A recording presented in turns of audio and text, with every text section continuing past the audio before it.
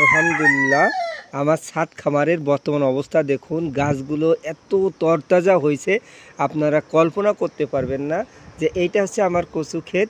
এবং আর সবচেয়ে আরেকটা বিষয় দেখায় যে আমার এই যে ছাদের যে এই দেখুন পেয়ারা গাছ, পেয়ারা প্রচুর হয়েছে। এই যে তোলা যাবে, এই যে 15টা একসাথে তুলবো।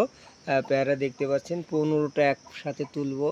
এই পেয়ারা গাছেও প্রচুর ধরন হয়েছে মাশাআল্লাহ। এবং আমার ছাদের যে সুন্দর একটা পরিকল্পিত, ছাদের কোনো ক্ষতি হয় না, বরং অনেক ভালো হয়, অনেক চমৎকার হয়। বিশেষ করে ছাদ আরও দীর্ঘদিন ভালো থাকে। অনেকে অভিযোগ করেন ছাদ ভালো থাকে না, নষ্ট হয়, কিন্তু ছাদে পানি জমে, মশামাছি হয়। এটা কখনো সম্ভব না, এই শিকড় প্রযুক্তিতে করতে গেলে এটা কখনো সম্ভব হয় না।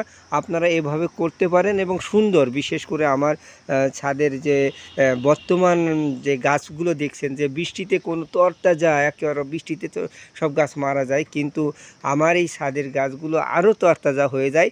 এর কারণ হচ্ছে শিকড় প্রযুক্তি। শিকড় প্রযুক্তি এমন একটা প্রযুক্তি যার মাধ্যমে যে ছাদেও অনেক ফসল, মাটি থেকে ফসল ভালো হয়, ছাদেও চমৎকার ফসল হয় এবং সে সুন্দর।